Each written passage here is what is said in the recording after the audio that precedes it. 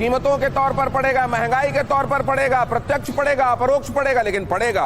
अगली खबर देखिए जरा। ताजा हालात पर गंभीर चर्चा के संदर्भ में ये खबर आपके सामने। सऊदी प्रिंस ने कतर के अमीर से बातचीत की है। सऊदी प्रिंस ने कतर के, देखिए यही होता है जब मुसीबत आती है तो कई ऐसे जिनके बीच में कुछ मतभेद भी चल रहा होता है एक दूसरे से बात करने लग जाते हैं।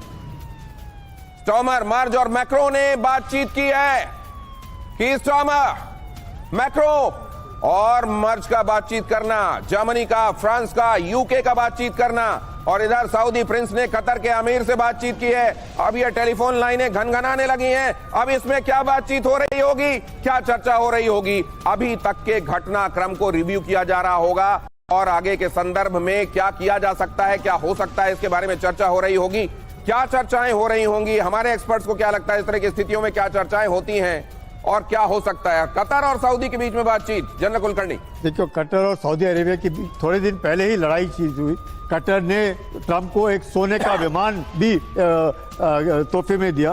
तो सवाल ये है कि आज की तारीख पे सबका इंटरेस्ट एक है, उन्होंने ईरान से किस तरीके से अपने आप को बचाना है। तो उस हालात में वो ईरान के ऊपर दबाव डालने की कोशिश करेंगे और यकीनन ये करेंगे कि अमेरिका को, इजराइल को जितना भी सपोर्ट दे सकते हैं अपने देश को बचाने के लिए और ईरान को ऊपर ज़बरदस्त दबाव डालने के लिए, क्योंकि ईरान की मिसाइल जो हैं अगर आज अभी तक अगर उन्हें 1000 भी फायर कर दी होंगी सवेरे लेकर के अभी तक जिस प्रकार से वो चल रहा है फायरिंग, तो मुझे लगता है आज भी 3-4 दिन का उनके पास स्टॉक है।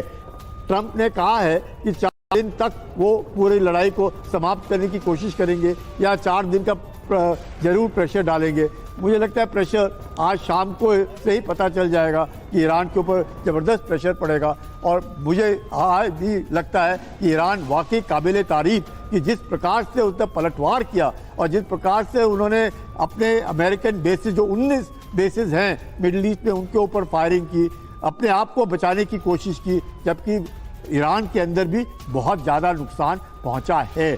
IRGC के काफ़ी सैनिक मारे जा चुके हैं, ईरान के काफ़ी कमांडर्स भी घायल हो चुके हैं, इसमें कोई शक नहीं। लेकिन खामेनी जो है वो कहीं ना कहीं किसी सूनर और लेटर सर, ये मिडिल ईस्टर्न कंट्रीज क्या अमेरिका से ये कहने वाली है कि जैसे वो एक पौराणिक कथा है जिसमें उसको सांप को मरवाना था तो एक कौवे ने जाके रानी का हार चोरी किया और सांप के कोटर में ले जाके डाल दिया। सैनिक आए, उन्होंने पहले सांप को मारा और फिर वो रानी का हार लेकर चले गए।